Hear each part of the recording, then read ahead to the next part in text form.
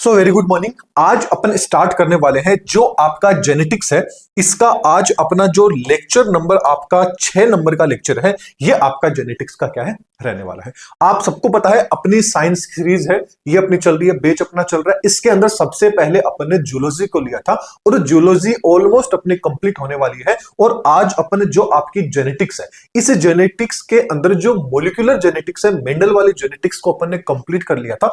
Molecular genetics में आज अपन जो न्यूक्लिक एसिड होता है आपका, उस न्यूक्लिक एसिड को अपन क्या है डिस्कस करने वाले हैं। न्यूक्लिक एसिड के अंदर भी जो आपका डीएनए होता है, उस डीएनए को आज वाले इस लेक्चर में क्या कर लेंगे, कंप्लीट कर लेंगे। तो ये कौन सा रहने वाला है, लेक्चर नंबर आपका 6वां रहने वाला है। इससे पहले मैं आपको एक चीज बता दूं, अपन ने एक नया यूट्यूब चैनल है उसको क्या किया है, ओपन किया है। बस आप लोगों की एक छोटी सी हेल्प चाहिए, आप लोगों की छोटी सी मदद चाहिए कि आपको यूट्यूब चैनल को सब्सक्राइब कर लेना है। इस यूट्यूब चैनल के ऊपर जो आपकी कंप्लीट लैब असिस्टेंट है, इसके साथ साथ के अंदर जो आगे और भी जो सरकारी एग्जाम आएंगे, कॉम्पिटेटिव जो आपके एग्जाम आएंगे, उनकी जो क्लासेस रहेगी, उनकी जो मैराथन क्लासेस रहेगी, उनकी जो आपके वन लाइनर वाली क्वेश्चंस वाली सीरीज रहेगी, हर एक चीज रहेगी, वो अब से आपको इस चैनल के ऊपर है वो देखने को मिलती रहेगी। चैनल का नाम है दादीज ग्रुप ऑफ एजुकेशन। बस आगे आपको क्या लगा देना है, कॉम्पिटेटिव एग्जाम लगा देना है। और वैसे भी इसकी जो लिंक है,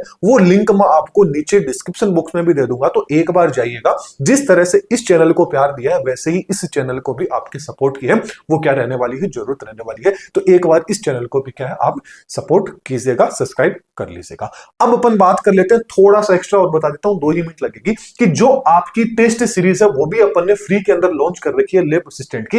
ये टेस्ट सीरीज कहां मिलेगी, प्ले स्टोर पे जाना है, अपनी जो एप्लीकेशन है दादीज ग्रुप ऑफ एजुकेशन, इसको डाउनलोड कर लेना है। जैसे ही एप्लीकेशन को डाउनलोड करते हैं, कुछ इस तरह का इंटरफेस आएगा। यहां पर इन 3 लाइन को जैसे ही क्लिक करते हैं तो कुछ इस तरह का इंटरफेस आएगा। यहां पर आपको फ्री मटेरियल दिखाई दे रहा होगा। इस फ्री मटेरियल पे जैसे ही टैप करते हैं तो कुछ इस तरह का इंटरफेस आएगा। यहां पर तो आपको लैब असिस्टेंट के क्या मिल जाएंगे, नोट्स मिल जाएंगे। एंड ऊपर की साइड में यहां पर आपको टेस्ट का नाम दिखाई दे रहा होगा। इस पे जैसे ही आप क्लिक करते हैं तो आपको जो टेस्ट सीरीज है, ये टेस्ट सीरीज भी आपको क्या है यहां पर मिल जाएगी। तो कंप्लीट टेस्ट सीरीज भी मिल जाएगी। इसके साथ साथ में जो अपना यूट्यूब चैनल है दूसरा, इसको भी आप एक बार सब्सक्राइब है वो जरूर कर लीजिएगा। तो चलिए फिर आज वाली जो अपनी क्लास है, इस क्लास को अपन क्या कर लेते हैं, स्टार्ट कर लेते हैं। तो आज वाली क्लास में अपन किसके ऊपर फोकस करने वाले हैं, जो आपका न्यूक्लिक एसिड होता है, न्यूक्लिक अम्ल होता है, इसके ऊपर डिस्कस करेंगे। अब ये जो न्यूक्लिक एसिड है, पूछ लिया जाए न्यूक्लिक एसिड की डिस्कवरी किसने की थी, खोज किसने की थी, तो याद रखना जो फ्रेडरिक मिक्सचर है आपके, इन्होंने न्यूक्लिक एसिड की खोज की थी। और कहां पर की थी, जो मवाद कोशिकाएं होती है, पस सेल होती है, उनके अंदर इन्होंने क्या थी, इसकी खोज की थी। जबकि न्यूक्लिक एसिड को खोजा तो है वो आपके फ्रेडरिक मिक्सचर ने, लेकिन जो न्यूक्लिक एसिड वर्ड है या जो टर्म है, ये टर्म किसने दी थी, तो याद रखना ये आपके जो अल्टमान नामक वैज्ञानिक थे, इन्होंने दी थी। जबकि जो आपके फ्रेडरिक मिक्सचर थे, इन्होंने न्यूक्लिक एसिड को न्यूक्लिन के नाम से जाना था। चलिए अब मेन बात कर लेते हैं, जो आपका न्यूक्लिक एसिड है, इस न्यूक्लिक एसिड के अंदर कौन कौन आ जाता है, आपका डीएनए आ जाता है एंड आपका आरएनए आ जाता है। मतलब न्यूक्लिक एसिड में 2 चीजों की अपन स्टडी करते हैं, एक तो आपकी किसकी, डीएनए की, एक आपके किसके, आरएनए की। तो आज वाली जो कंप्लीट क्लास है ये किस पे फोकस रहेगी, जो आपका डीएनए है, इस डीएनए को इस एक वीडियो में अपन क्या कर लेंगे, इस एक लेक्चर में कंप्लीट कर लेंगे। तो चलिए फिर स्टार्ट कर लेते हैं डीएनए के बारे में। सबसे पहले आपको डीएनए का जो पूरा नाम है, फुल फॉर्म है, ये आपको पता होनी चाहिए। तो डीएनए की फुल फॉर्म क्या होती है, डीऑक्सीराइबोन्यूक्लिक एसिड, बोले तो डीऑक्सीराइबोन्यूक्लिक। अब इसको डीऑक्सी का मतलब जो आपका ये स्ट्रक्चर देख रहे हैं, इसमें पहला कार्बन हो गया, दूसरे कार्बन पे क्या होता है, एक जो ऑक्सीजन ग्रुप होता है उसकी क्या होती है, यहां पर कमी होती है, इसलिए इसको डीऑक्सीराइबोन्यूक्लिक एसिड के नाम से जाना जाता है। तो याद रखना कि जो आपका कार्बन नंबर दूसरा होता है, इस पे एक ऑक्सीजन की क्या होती है इसके अंदर क्या होती है, कमी होती है, आपको पता होना चाहिए। जबकि पूछ लिया जाए कि जो न्यूक्लिक एसिड है, इसकी डिस्कवरी किसने की थी, अब न्यूक्लिक एसिड में सीधी सी बात, आपका डीएनए आ गया, तो डीएनए की भी खोज का श्रेय किसको जाता है, जो आपके फ्रेडरिक मिक्सचर है, इन्हीं को भी इसकी खोज का श्रेय जाता है। किसके अंदर की थी, तो सीधी सी बात है कि जो पस सेल होती है, जो मवाद कोशिकाएं होती है, उनके अंदर की थी। और इन्होंने न्यूक्लियन नाम दिया था, जो आपका न्यूक्लिक एसिड है इसको। जबकि एक्चुअल में न्यूक्लिक एसिड किसके द्वारा नाम दिया गया है, जो आपके अल्टमान थे उनके द्वारा दिया गया था। ये चीज अपन ने डिस्कस कर ली। अब जो आपका डीएनए है, इस डीएनए के अंदर एक मॉडल है, ये मॉडल काफी ज्यादा फेमस है, जिसका नाम है डबल हेलिक्स मॉडल। क्या नाम है? Double helix model. द्विकुंडलित जो आपका मॉडल है या सर्पिलाकार आपका स्पाइरल मॉडल है, इस नाम से फेमस है। और इसको किसने डिस्कवर किया था, यानी किसने इसके बारे में एक्सप्लेन किया था? तो याद रखना, इस मॉडल को जो आपके वॉटसन एंड जो क्रिक नामक वैज्ञानिक है, इन्होंने बताया था। तो ये क्वेश्चन भी कई बार एग्जाम में आ जाता है। जबकि आपको पता होना चाहिए कि जो आपका डीएनए होता है, इस डीएनए पे हमेशा आपका क्या होता है? नेगेटिव चार्ज होता है। बोल तो डीएनए हमेशा कैसा होता है? रिनाइन होता है।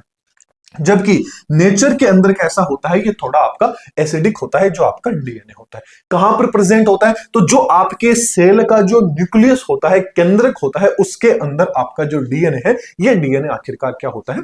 प्रेजेंट होता है। जबकि पूछ लिया जाए कि जो आपका डीएनए है, इसकी जो फंडामेंटल यूनिट है वो कौन सी होती है, तो याद रखना, इसकी फंडामेंटल यूनिट को क्या बोला जाता है? न्यूक्लियोटाइड बोला जाता है।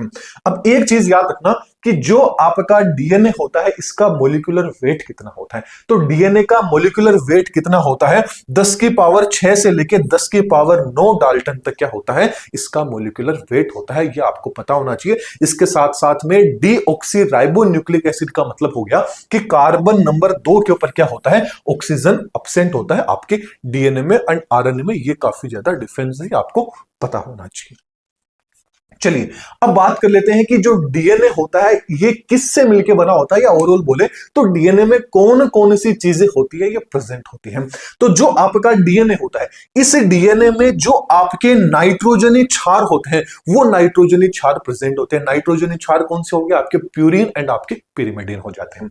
जबकि पेंटोज जो शुगर होती है, शर्करा होती है, वो भी इसके अंदर प्रेजेंट होती है। साथ में जो आपका फोस्फोरिक एसिड होता है, या बोले तो जो आपका फोस्फेट ग्रुप होता है, वो इसके अंदर प्रेजेंट होता है। ओवरऑल बात करें तो डीएनए के अंदर क्या प्रेजेंट होता है? आपके नाइट्रोजन बेस होगी, आपकी शुगर होगी, पेंटोज शुगर होगी, साथ में जो आपका फोस्फेट ग्रुप हो गया, फोस्फोरिक एसिड हो गया। ये तीनों के तीनों क्या होते हैं? आपके डीएनए के अंदर क्या रहते हैं? प्रेजेंट रहते हैं। अब कंफ्यूजिंग चीज क्या आ जाती है? आपसे पूछ लिया जाए कि न्यूक्लियोसाइड एंड जो आपका न्यूक्लियोटाइड होता है, इन दोनों के अंदर क्या डिफरेंस होता है? वेरी इंपॉर्टेंट पॉइंट है, इसको अच्छे से आप देखिएगा। ये आप डायग्राम देख रहे हैं, ये तो आपकी क्या हो जाती है? पेंटोज शुगर हो जाती है, सीधी सी बात है। ये आपका फोस्फेट ग्रुप आ गया, ये आपका कौन सा आ गया? नाइट्रोजन बेस आ गया। ये सब मिलके क्या बन लेता है? आपका डीएनए बन जाता है। ठीक है, यहां तक की चीज आपको समझ में आ गई।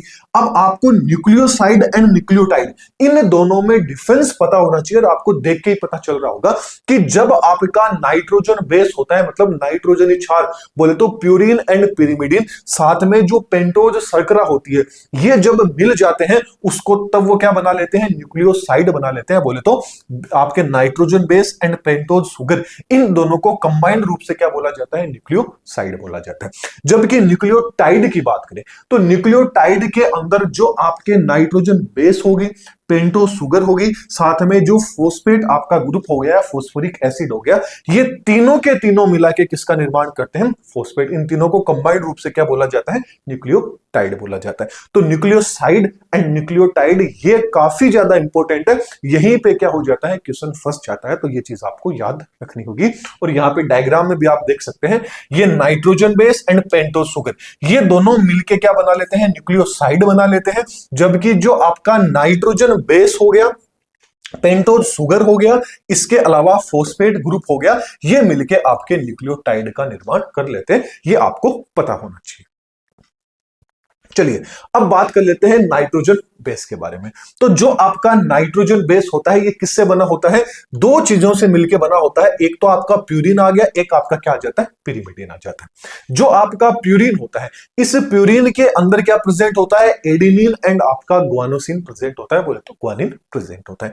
जबकि पिरिमिडिन की बात करें तो पिरिमिडिन के अंदर आपका थाइमिन आ गया एंड आपका क्या होता है? साइटोसिन होता है। ये तो किस में बात कर रहे हैं अपन? डीएनए के अंदर। जबकि आरएनए में बात करें तो आरएनए के अंदर क्या होता है, थाइमीन के स्थान पे क्या आ जाता है, आपका यूरेसिल आ जाता है। ये चीज आपको याद रखनी है, जैसा कि नीचे वाले पॉइंट में रखा है कि पूछ लिया जाए कि डीएनए के अंदर कौन कौन से नाइट्रोजनी क्षार प्रेजेंट होते हैं। तो डीएनए के अंदर देखिए प्यूरिन एंड पिरिमिडिन तो प्रेजेंट होते हैं, लेकिन प्यूरिन एंड पिरिमिडिन के अंदर भी कौन कौन सी चीजें प्रेजेंट होती है। तो डीएनए की बात करें, डीएनए में एडेनिन आ गया, ग्वानोसिन आ गया, थाइमीन आ गया एंड आपका क्या आ जाता है, साइटोसिन आ जाता है। जबकि आरएनए की बात करें तो आरएनए के अंदर और तो सारी चीजें वैसे की वैसी प्रेजेंट रहेगी, बस जो आपका थाइमीन है, इस थाइमीन को क्या किया जाता है, यूरेसिल के द्वारा क्या किया जाता है, रिप्लेस कर दिया जाता है। बोले तो यूरेसिल के स्थान पे क्या होता है, यहां पर थाइमीन प्रेजेंट होता है। जैसा कि आप डायग्राम में भी देख पा रहे हैं, नीचे लिखा हुआ है कि एडेनिन हो गया, ग्वानिन हो गया, थाइमीन की जगह बस क्या आ जाता है, यूरेसिल आ जाता है एंड आपका क्या आ जाता है, साइटोसिन आ जाता है। किसके अंदर, अपन आरएनए के। तो डीएनए एंड आरएनए में कौन कौन सी शर्कराएं प्रेजेंट होती है, सॉरी कौन कौन से आपके नाइट्रोजन बेस प्रेजेंट होते हैं, आपको पता चल गया होगा प्यूरिन एंड पिरिमिडिन के अंदर से। चलिए फिर आगे देख लेते हैं आपकी जो केमिकल स्ट्रक्चर होती है डीएनए की, ये आखिरकार कैसी होती है, कि क्या क्या चीजें, अब प्यूरिन पिरिमिडिन हो गए, नाइट्रोजन क्षार हो गए, पेंटोज शुगर हो गई, फोस्फेट समूह हो गए, ये किस तरह से प्रेजेंट रहते हैं। तो इसमें जो इंपॉर्टेंट चीज है, यानी जो आपके याद रखने के लिए है, कि जो डायरेक्ट एग्जाम में पूछ ली जाती है, वो चीज आपको याद रखनी है। अब आप गौर से देखिए, ये जो आप देख रहे हैं थाइमीन एंड जो आपका एडेनिन है, ये आपके क्या थी, नाइट्रोजन क्षार थे, नाइट्रोजन बेस थे, जो भी अपन पढ़ के आ रहे हैं। तो यहां पे गौर से देखिए, जो आपका थाइमीन है, ये आपका क्या आ जाता है, एडेनिन आ जाता है। ठीक यहां पे साइटोसिन आ जाता है, यहां पे क्या आ जाता है, ग्वानोसिन आ जाता है। वापिस यहां पे क्या आ जाता है, आपका एडेनिन आ जाता है, फिर आपका थाइमीन आ जाता है, ग्वानोसिन आ जाता है, साइटोसिन आ जाता है। अब इनको आप गौर से देखेंगे तो एडेनिन एंड थाइमीन के बीच में आपको 2 बॉन्ड दिखाई दे रहे हैं, जबकि साइटोसिन ग्वानोसिन के अंदर आपको यहां 3 बॉन्ड दिखाई दे रहे हैं। वापिस से एडेनिन थाइमीन के अंदर 2 बॉन्ड दिखाई दे रहे हैं, और यहां पर आपको क्या है, 3 बॉन्ड आपको दिखाई दे रहे हैं। तो इससे क्या पता चलता है कि जो आपका एडेनिन होता है, या ना जो आपका एडेनिन हो गया एंड आपका जो थाइमीन हो गया, ये दोनों के दोनों आपस में डबल बॉन्ड के द्वारा क्या होते हैं, जुड़े रहते हैं। मतलब हमेशा एडेनिन रहेगा, ये थाइमीन के साथ में डबल बॉन्ड के साथ में जुड़ेगा, एंड जो आपका ग्वानोसिन रहेगा, ये आपके साइटोसिन के साथ में ट्रिपल बॉन्ड के द्वारा जुड़ा रहता है। ये चीज आपको पता होनी चाहिए। अब ये जिस बॉन्ड के द्वारा जुड़े रहते हैं, ये बॉन्ड कौन सा होता है, तो याद रखना इस बॉन्ड को कौन सा बोला जाता है, जो आपका हाइड्रोजन बॉन्ड होता है उसके द्वारा क्या होते हैं, ये जुड़े रहते हैं। आपको पता होना चाहिए, क्योंकि ये सीधी सी बात है, एक प्यूरिन है, एक क्या हो जाता है, पिरिमिडिन। एक क्या है, प्यूरिन है, एक पिरिमिडिन, एक प्यूरिन, एक पिरिमिडिन, प्यूरिन, पिरिमिडिन, इस तरह से जुड़े रहते हैं। तो याद रखना, जो प्यूरिन एंड पिरिमिडिन है, इन दोनों को जो बंध जोड़ता है, उस बंध को क्या बोला जाता है, हाइड्रोजन बंध बोला जाता है। मतलब नाइट्रोजनी क्षार को आपस में हाइड्रोजन बंध है, ये क्या करते हैं, आपस में जोड़े हुए रखते हैं। बस इतनी सी चीज है, ये आपको पता रहनी चाहिए। ये जो 3 पॉइंट है, ये 3 पॉइंट काफी इंपॉर्टेंट है, इस 3 पॉइंट को आप याद रखिएगा कि एडेनिन थाइमीन के साथ में डबल बॉन्ड के द्वारा जुड़ता है। ठीक ऐसे ही साइटोसिन ले लीजिए, ग्वानोसिन ले लीजिए, ये आपस में एक दूसरे को ट्रिपल बॉन्ड के द्वारा जोड़ते हैं। और ये जो बॉन्ड बीच में बन रहा है, इस बॉन्ड को क्या बोला जाता है, हाइड्रोजन बॉन्ड बोला जाता है। बस इतनी सी चीज आपको इस डायग्राम में, ये 3 पॉइंट है, इन 3 पॉइंट को आपको याद रखना है। चलिए अब आगे बात कर लेते हैं, जो आपका चारगाफ रूल आता है, ये इसको थोड़ा सा और अच्छे से एक्सप्लेन कर देता है। अब जो आपके चारगाफ थे, इन चारगाफ ने क्या बताया कि जो आपके प्यूरिन एंड जो आपके पिरिमिडिन होते हैं, इन दोनों की जो वैल्यू होती है, बोले तो ये दोनों क्या होते हैं, ये दोनों मिलके, मतलब इनका टोटल जो योग आता है वो कितना आता है, 1 के बराबर होता है। मतलब इनको कैसे ही जोड़ लीजिए, कैसे ही घटा लीजिए, ओवरऑल लास्ट में रिजल्ट क्या निकल के आएगा, 1 निकल के आएगा। इनका रिजल्ट क्या आएगा, 1 आएगा। कैसे, तो इन्होंने बताया कि जो आपका एडेनिन होता है, ये थाइमीन के बराबर होता है, ग्वानोसिन होता है, ये आपके क्या होता है, साइटोसिन के बराबर होता है। ये किसने बताया, आपके चारगाफ ने बताया। इसी को क्या बोलते हैं, चारगाफ का रूल बोलते हैं, कि प्यूरिन एंड पिरिमिडिन क्या होते हैं, एक दूसरे के बराबर होते हैं, और इनका जो टोटल योग आता है कुल, वो कितना आता है, 1 आता है। कितना आता है, 1 आता है। ये किसने बताया, चारगाफ ने। अब चलिए एक क्वेश्चन इस चार ग्राफ रूल में से क्वेश्चन आते हैं, तो वो देखते हैं वो क्वेश्चन किस तरह का है। आपसे पूछ लिया जाएगा कि जो आपका एडेनिन है, ये एडेनिन आपका 30% है, तो आप बताइए जो आपका ग्वानिन होता है ये कितना परसेंट रहेगा। अब आप लोग सीधा देखोगे और सीधा 100 में से क्या कर दोगे, 30 को निकाल दोगे, बाकी के जो बच गए आप बता दोगे ग्वानोसिन हो गया। लेकिन ऐसे नहीं निकालना है। इन क्वेश्चंस को करने का क्या तरीका है वो गौर से आप समझिएगा। देखिए यहां पे क्या बोल रहा है, एडेनिन कितना परसेंट होता है, 30%। तो अभी अपन ने क्या किया, एडेनिन किसके बराबर होता है, थाइमिन के बराबर होता है। तो सीधी सी बात है, जब एडेनिन आपका 30% है तो आपका थाइमिन भी क्या आता है, 30% है। जब इस 30 को और इस 30 को अपन जोड़ते हैं तो टोटल कितना आ जाता है, आपका 60% आ जाता है। टोटल कितना आ जाता है, आपका 60% आ जाता है। अब ये किसका आ गया कि भाई इन दोनों का आ गया, बच गए कौन, आपके ये दोनों बच गए। अब टोटल ही अमाउंट कितनी होती है, कितना परसेंट होता है, 100% होता है। 100% में से 60% तो इन दोनों ने क्या कर लिया है, कवर कर लिया है। अब जब 60% इन्होंने कवर कर लिया है तो 100 में से अपन को क्या करना पड़ेगा, 60 माइनस करना पड़ेगा। तो 100 के अंदर से क्या हो जाता है, आपका 60% क्या कर लेते हैं, 100% में से 60% को माइनस कर लेते हैं। जब 100 में से अपन 60 को माइनस करते हैं तो कितना निकल के आता है, आपके सामने 40 निकल के आता है। अब आप लोग सोचोगे कि भाई ग्वानोसिन की मात्रा कितनी आ गई, 40 आ गई, लेकिन एक्चुअल में 40% नहीं आई। ये 40% किसकी आई है, इन दोनों की आई है। क्यों, क्योंकि यहां पे 60% क्या था, ये दोनों के दोनों थे। तो ये दोनों की वैल्यू कितनी आई है, इन दोनों की, ग्वानोसिन एंड आपके जो साइटोसिन है, इनकी वैल्यू कितनी आई है, 40% आई है। लेकिन अपन को किसकी पूछी है, ग्वानिन की पूछी है, मतलब साइटोसिन की नहीं पूछी है। तो इसमें से क्या करना पड़ेगा, साइटोसिन की मात्रा को आधा करना पड़ेगा। तो आधा कब होगा, सीधी सी बात है, ये भी 30 था, ये भी 30 था, तो ये 40-40 का आधा कितना होता है, 20 + 20 ही तो क्या होता है, आपका 40 होता है। तो एक 20 तो किसका आ जाता है, ग्वानोसिन का आ जाता है, एक 20 किसका आ जाता है, साइटोसिन का आ जाता है। अब बताइए आपको किसकी वैल्यू पूछी थी, तो आपको वैल्यू पूछी किसकी थी, ग्वानोसिन की। तो ग्वानोसिन की वैल्यू कितनी आ जाती है, 40। तो ग्वानोसिन यहां पे कितना परसेंट होता है, 40% सॉरी कितना परसेंट होता है, आपका 20% होता है। कितना होता है, आपका 20%। तो ग्वानोसिन की वैल्यू कितनी आ जाती है, आपकी 20% आ जाती है।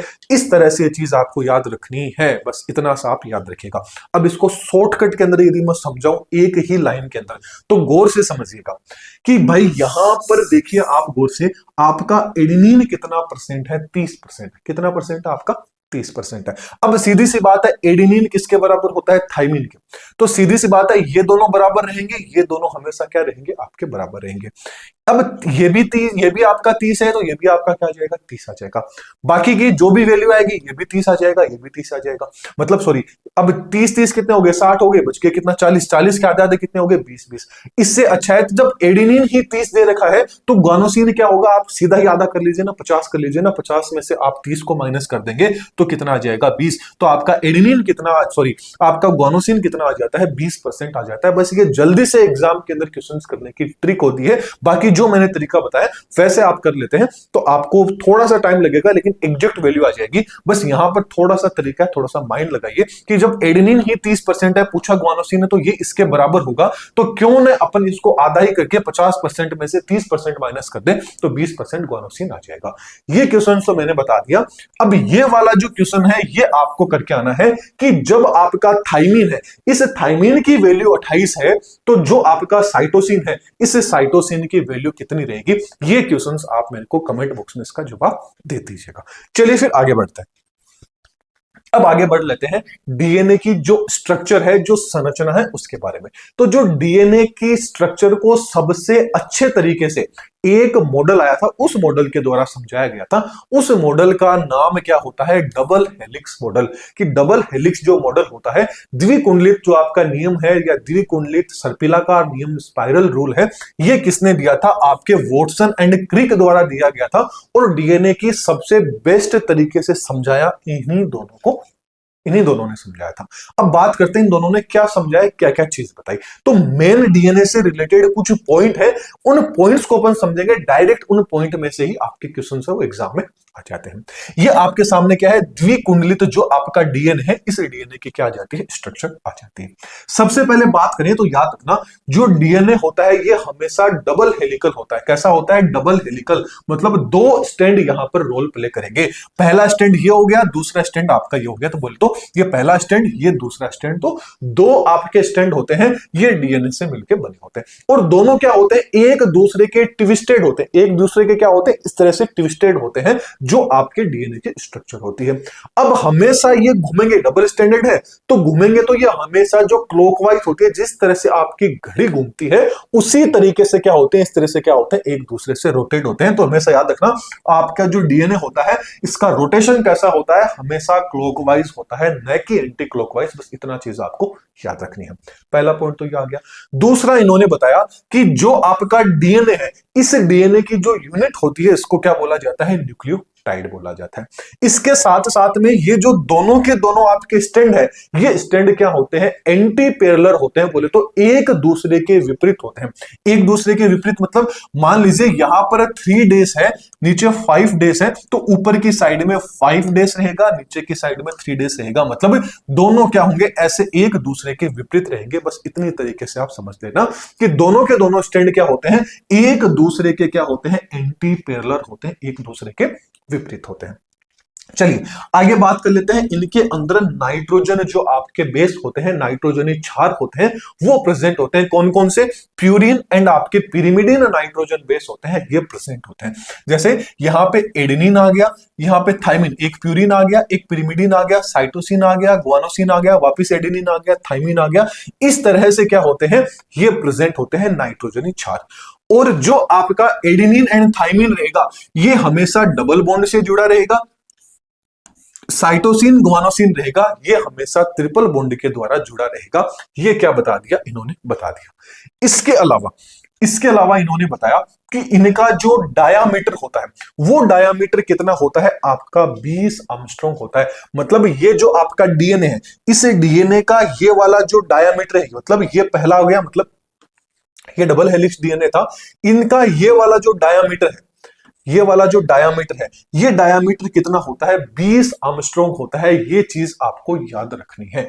इसके अलावा ये जो एक टर्न ले रहा है, मतलब एक ये जो आपका घुमाव लेता है, इस एक घुमाव में को क्या होता है, कितना होता है ये घुमाव, एक घुमाव जब घूमेगा तो कितना होता है, 34 आपका एंगस्ट्रॉम होता है, 34 एंगस्ट्रॉम। मतलब यहां से, मतलब एक माइनर ग्रूव आएगा, एक मेजर ग्रूव। अब माइनर एंड जो मेजर ग्रूव है खांच, ये क्या है, देखिए यहां से गौर से देखिए, ये खांच कितनी सी, एकदम छोटी सी है, जबकि इस खांच को देखोगे तो कितनी अंदर के साइड में धसी हुई है।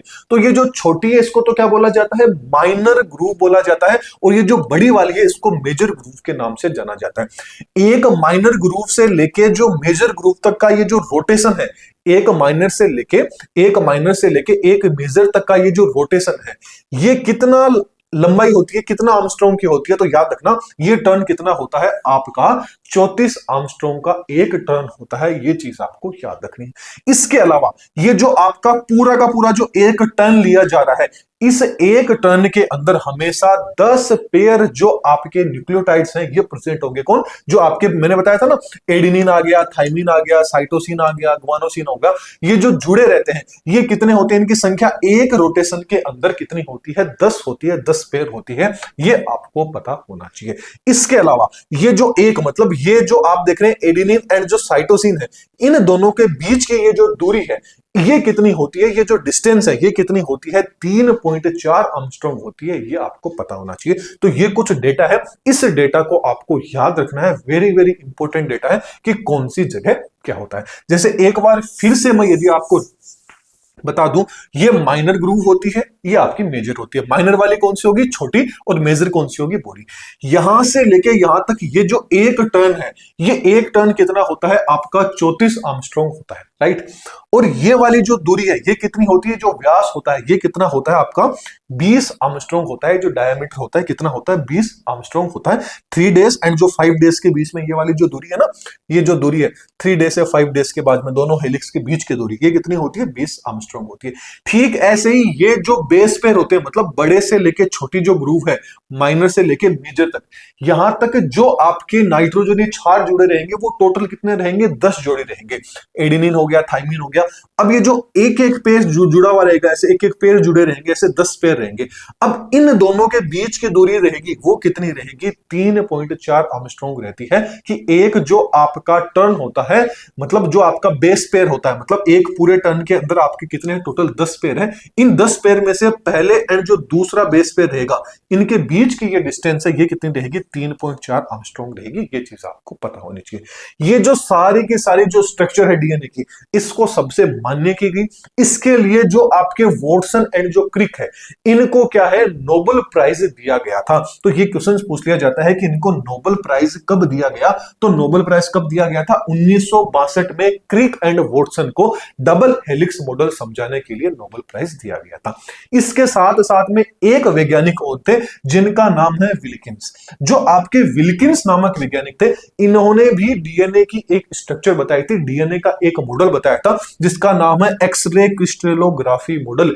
पूछ लिया जाए एक्सरे क्रिस्टलोग्राफी मॉडल किसने दिया था, तो ये भी विल्किंस ने दिया था। और इनको भी इसीलिए 1962 के अंदर क्या है? नोबेल प्राइज के द्वारा सम्मानित किया गया था। बस ये दो ही मॉडल है कि जो आपका एक्सरे क्रिस्टलोग्राफी मॉडल है, इसके द्वारा भी इन्होंने डीएनए की स्ट्रक्चर बताई थी। लेकिन जो सबसे पॉपुलर हो पाया वो कौन सा था? डबल हेलिक्स वाला मॉडल था, जो क्रिक एंड वॉटसन ने दोनों ने मिलकर दिया था। इसलिए इन तीनों को क्या है? डीएनए की स्ट्रक्चर बताने के लिए 1962 के अंदर नोबेल प्राइज के द्वारा क्या किया गया है? सम्मानित किया गया है। यह चीज आपको पता होनी चाहिए। चलिए फिर अब आगे देख लेते हैं कि एक दो टर्म आएगी, ये टर्म्स आपको पता होना चाहिए। ये क्वेश्चंस कई बार कई अलग अलग जो आपके कॉम्पिटेटिव एग्जाम है उनके अंदर आए गए हैं, तो उन क्वेश्चंस को डायरेक्ट यहां पे उठाया गया। सबसे पहले बात करें कि जो आपका डीएनए विकृतीकरण क्या होता है, यानी डीएनए डीनेचुरेशन क्या होता है।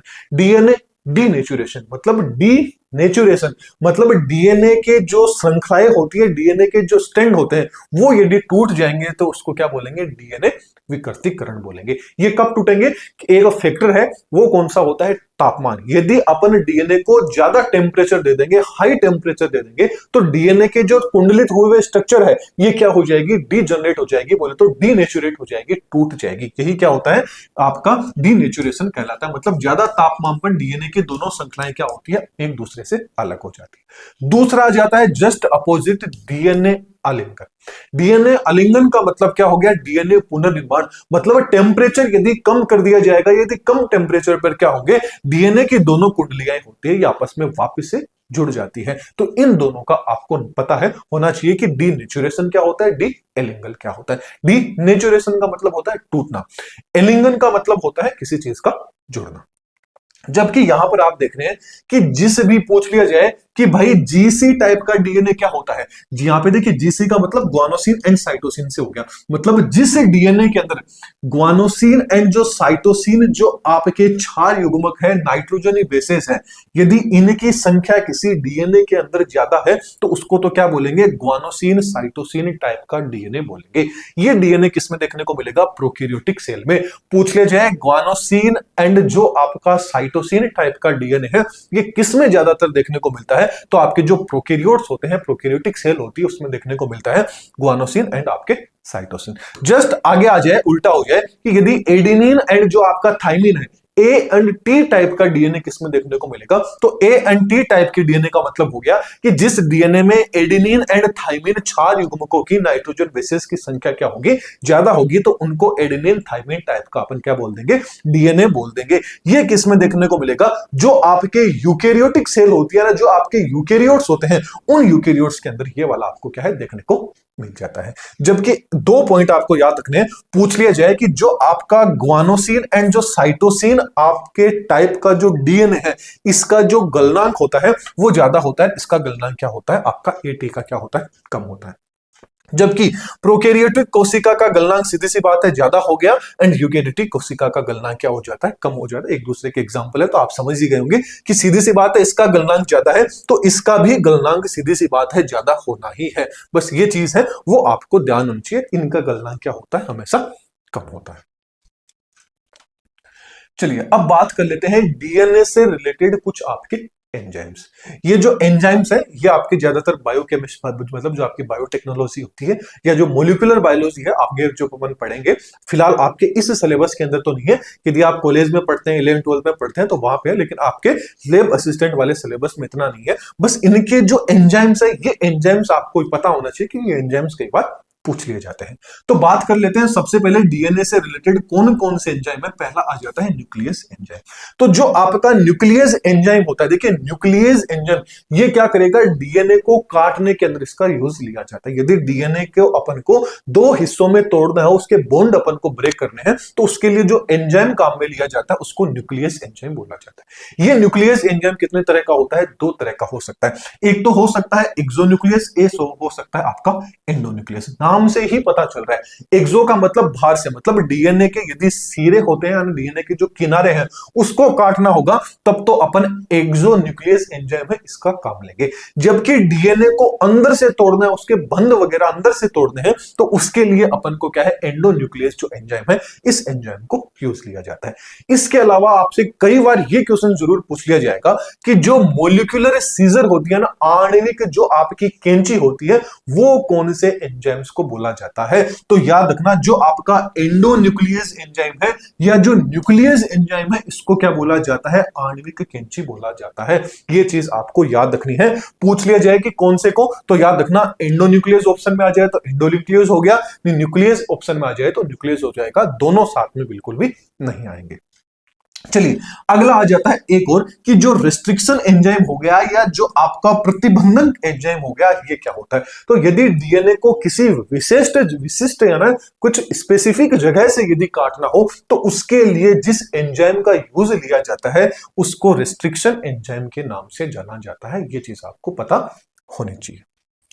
चलिए आगे बात कर लेते हैं आपके लाइगेज एंजाइम के बारे में। लाइगेज एंजाइम होता है, इसको मोलिकुलर ग्लू के नाम से भी जाना जाता है। पूछ लिया जाए कि मोलिकुलर ग्लू, दो ही चीजें यहां से ज्यादातर पूछी जाती है, एक तो आणविक कैंची किसको बोला जाता है, एक मोलिकुलर ग्लू किसको बोला जाता है। तो मोलिकुलर ग्लू किसको बोला जाता है, कौन से एंजाइम को बोला जाता है, जो आपका लाइगेज एंजाइम है इसको बोला जाता है। लाइगेज हमेशा क्या करता है, जोड़ने का काम करता है। अब जो डीएनए के टुकड़े अपने किए थे उनको यदि वापस से जोड़ना हो तो जोड़ने के लिए सीधी सी बात है कि किसी न किसी गम की जरूरत पड़ेगी। तो यहां पर जिस गम का यूज लिया जाता है वो कौन सा होता है, लाइगेज। तो लाइगेज को क्या करते हैं, डीएनए के टुकड़ों को आपस में जोड़ने के लिए काम में लिया जाता है।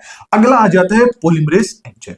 पॉलीमरेज एंजाइम क्या होता है, यदि कोई डीएनए का फ्रेगमेंट है, कोई टुकड़ा है, कोई खंड है, उसकी यदि अपन को प्रतिलिपि बनानी है, उसकी कॉपी बनानी है, तो अपन जिस एंजाइम का यूज रहते हैं उसको पॉलीमरेज एंजाइम के नाम से अपन क्या है जानते हैं, मतलब पॉलीमरेज एंजाइम का अपन रोल रहते हैं। ये चीजें जिस टाइम पे आप पॉलीमरेज चेन रिएक्शन पढ़ते हैं, पीसीआर वगैरह पढ़ते हैं, वहां पे चीजें आपको समझ में आ जाती है। सारी चीजें किससे, बायोटेक्नोलॉजी वाला सब्जेक्ट है उससे रिलेटेड है। चलिए अब आगे बात कर लेते हैं कि जो आपका डीएनए होता है इसके टाइप्स की बात करें। तो डीएनए का जो आपका टाइप है अपन किसके बेसिस पे देख रहे हैं कि डीएनए का आखिरकार रोटेशन किस तरह से है। यदि डीएनए का रोटेशन एंटी क्लॉकवाइज है तो कौन सा डीएनए होगा, यदि डीएनए का रोटेशन आपका क्लॉकवाइज है तो कौन सा डीएनए होगा, मतलब कौन कौन से डीएनए कितने टाइप्स के होते हैं उस बेसिस के ऊपर। तो रोटेशन की बात करें, सबसे पहले अपन दक्षिणावर्त की बात कर लेते हैं, मतलब राइट हैंडेड जो आपका होता है, बोले तो वो डीएनए जो कैसा होता है आपका क्लॉकवाइज होता है। आगे बात तो क्लॉकवाइज में बात करें या राइट हैंडेड डीएनए में बात करें तो वो कौन सा आ जाता है, आपका ए डीएनए आ जाता है, B DNA, C DNA and आपका कौन सा आ जाता है, डी डीएनए आ जाता है। जबकि वामावर्त की बात करें ना, लेफ्ट हैंडेड की बात करें, बोले तो आपके एंटी क्लॉकवाइज की बात करें कौन सा डीएनए होता है, तो वो आपका जेड डीएनए होता है।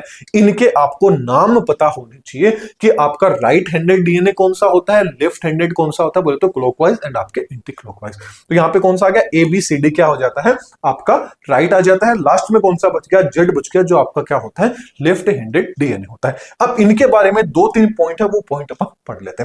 सबसे पहले बात कर लेते हैं राइट हैंडेड जो आपका डीएनए है इसके बारे में। इसमें सबसे पहले यदि अपन ए डीएनए की बात करें तो जो आपका ए डीएनए होता है, यदि इसके जो लूप होता है, इसके लूप की यदि लंबाई पूछ ली जाए तो याद रखना कितनी होती है, 20 आर्मस्ट्रांग होती है। और एक लूप के अंदर कितने नाइट्रोजनी क्षार प्रेजेंट होते हैं? एक लूप मतलब माइनर से मेजर ग्रुप तक का जो लूप हो गया, मतलब ऊपर से लेके नीचे तक एक जो लूप हो गया, मतलब यहां से घुमा इस तरह का, मतलब ये एक लूप है, ये कितना आर्मस्ट्रांग होता है? इसकी लंबाई 28 आर्मस्ट्रांग इसकी लंबाई होती है। और इस एक लूप के अंदर कितने नाइट्रोजनी क्षार बोले तो एडेनिन, थाइमिन, साइटोसिन, गुआनोसिन, ये कितने क्षार प्रेजेंट होते हैं? तो याद रखना 11 जोड़ी प्रेजेंट होते हैं। और इस लूप का जो व्यास होता है, यानी जो डायामीटर होता है, व्यास, ये कितना होता है आपका? 23 आर्मस्ट्रांग होता है। ये चीज आपको पता होनी चाहिए। ये तो किसकी बात की है? ए डीएनए की। अब ऐसे यदि अपन बी डीएनए की बात करें तो बी डीएनए का व्यास कितना होता है आपका? 34 आर्मस्ट्रांग होता है। और इसके अंदर आपकी कितनी होती है? 10 जोड़ी प्रेजेंट होती है। और अपन बात करें तो टोटल कितना होता है इसका व्यास? 20 आर्मस्ट्रांग तक होता है। तो अभी जो अपन ने वॉटसन एंड क्रिक का जो मॉडल पढ़ा था वो क्या था? बी डीएनए वाला मॉडल था। तो ज्यादातर इसी के बारे में पूछा जाता है। आगे बात कर लेते हैं सी डीएनए। तो सी डीएनए की जो लूप होती है उसकी कितनी होती है? 31 आर्मस्ट्रांग क्या होती है? लंबाई होती है। नाइट्रोजन बेस कितने होते हैं? लगभग 9.5 इसके अंदर प्रेजेंट होते हैं। और इसके जो व्यास की बात करें तो व्यास कितना होता है इसका? 19 आर्मस्ट्रांग तक होता है। जबकि डी डीएनए की बात करें तो डी डीएनए की लंबाई कितनी होती है? 19.2 आर्मस्ट्रांग होती है। लूप की बात करें कि एक लूप के अंदर कितने आपके नाइट्रोजन क्षार प्रेजेंट होते हैं, तो वो आपके कितने होते हैं? 8 जोड़ी प्रेजेंट होते हैं। और इसके व्यास की बात करें तो व्यास इसका भी कितना होता है? 19 आर्मस्ट्रांग तक होता है। ये अपन ने किसकी बात कर ली? राइट हैंडेड डीएनए के अंदर कौन कौन सा? डीएनए ए, बी, सी, डी के बारे में। अब अपन बात कर लेते हैं जो आपका लेफ्ट हैंडेड डीएनए आ गया। लेफ्ट हैंडेड जो आपका डीएनए है वो कौन सा हो जाता है? आपका जेड डीएनए हो जाता है। कौन सा? Z DNA. जेड डीएनए को ही जिगजैग डीएनए के नाम से जाना जाता है। वेरी इंपॉर्टेंट है, पूछ लिया जाए जिगजैग डीएनए कौन सा होता है? जेड डीएनए होता है जो कैसा होता है? लेफ्ट हैंडेड डीएनए होता है। बोले तो वामावर्त आपका एंटी क्लॉकवाइज एक तरह से डीएनए होता है, जैसा कि आप डायग्राम में भी देख पा रहे हैं कि दोनों क्या होते हैं? एक दूसरे के मतलब एक तरह से मान लीजिए विपरीत आपको देखने को मिल रहा होगा, एंटी क्लॉकवाइज होते हैं। यदि इसके हेलिक्स की लंबाई की बात करें तो इसकी ये जो हेलिक्स की जो लंबाई है ये आपकी कितनी होती है? 45.6 आर्मस्ट्रांग तक इसकी लंबाई होती है। जबकि इसमें नाइट्रोजनी क्षार की बाकी बात प्रेजेंट करें तो याद रखना कितने होते हैं? 12 जोड़ी नाइट्रोजनी क्षार क्या होते हैं? इसमें प्रेजेंट होते हैं। जबकि इसके व्यास की बात करें, इसका डायामीटर कितना होता है? तो इसका व्यास कितना होता है? ये वाला जो व्यास है ना, ये व्यास इसका कितना होता है? 18.4 आर्मस्ट्रांग तक क्या होता है? इसका व्यास होता है। ये अपन ने बात कर लिया जो आपका डीएनए से रिलेटेड जितने भी थे सारी की सारी चीजें अपन ने बात कर ली।